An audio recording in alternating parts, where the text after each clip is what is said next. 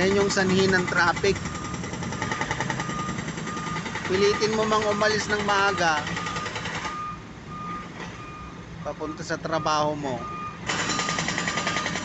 pero itong magpapaantala sa'yo. Yan. Yan yung traffic ang magpapabagal sa takbo ng buhay mo, sa takbo ng trabaho mo, sa takbo ng latlat sa'yo. Tuwing umaga na lang, ganyan ang dadaanan mo sa lugar na ito. Dahil magkakaroon ng improvement, magtatayo ng MRT 7 diretso dito sa Bulacan.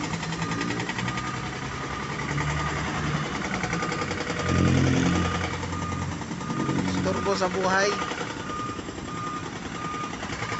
Magtsatsaga ka pero ilang oras ang uubusin mo, nakikisama ka rin sa project nila. Actually, hindi naman para sa pakinabang natin yan, kundi para sa future ng ating mga anak. Yan ang may kinabang, pero tayo maghihirap sa ngayon. Ilang oras na kami dito, traffic, ang haba-haba. Walang galawan. Disregard na yung traffic sign dito. Hindi na nasusunod. Sa bandang unahan dyan, mayroon pang truck ban. Ewan ko kung manghuhuli pa sila. Ay napaka-traffic, isang oras na naipit ka sa traffic, di gumagalaw.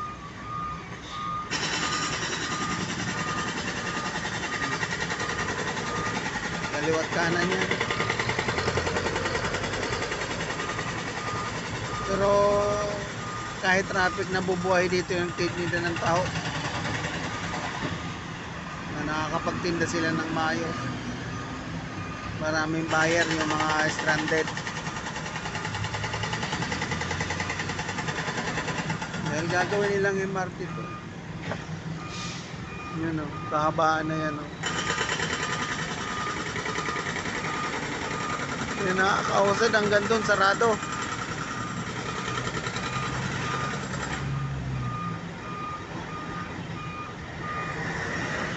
Alas 5 pa lang. Paano na lang yung pupunta pa ng Makati, pupunta pa ng Pasay para magtrabaho doon, di yan, ng oras na sila darating doon.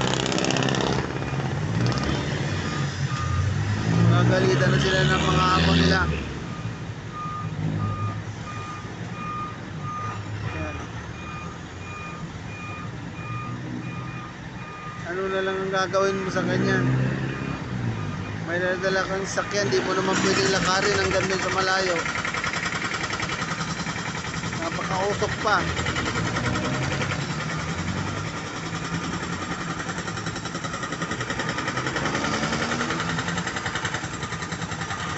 Ang klase yan.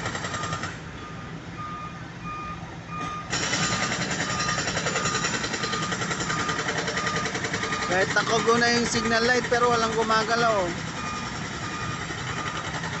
Normal na ito dito sa Philippines.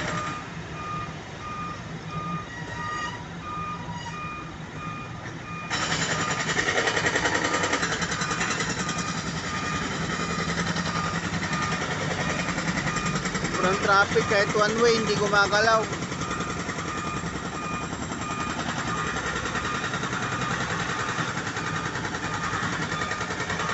Wala nang galawan to.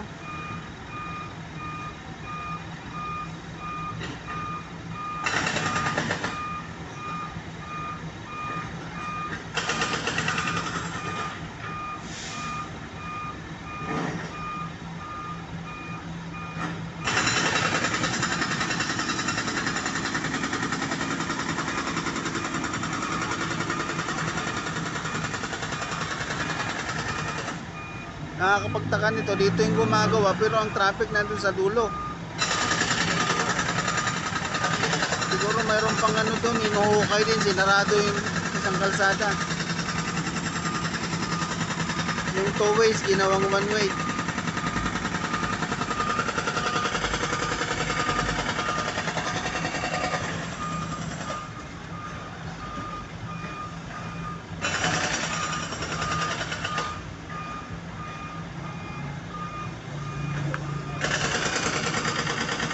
Maantala ka ng isang oras,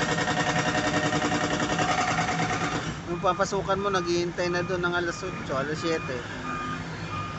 Ano pang matatrabaho mo pagdating sa traffic pa lang, pagod ka na. Ay nako.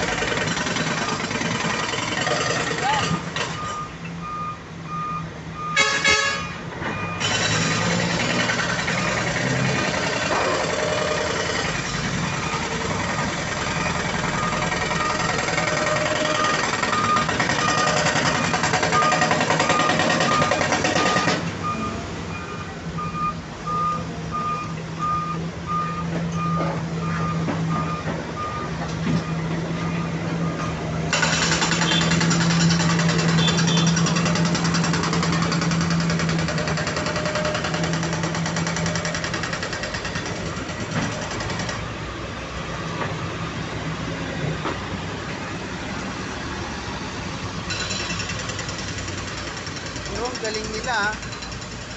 Mabilis ang trabaho habang binubungkal, may nagsisimento na.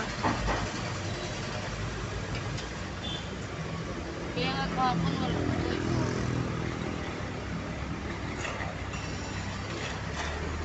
Ang galing nyo, boy.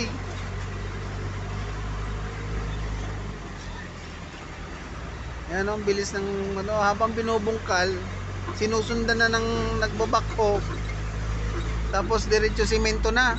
Magaling. Kaya lang ang pagtsatsaga lang talaga, napakahirap eh. Hirap maghintay. Oh guys, dito muna tayo. Paalam.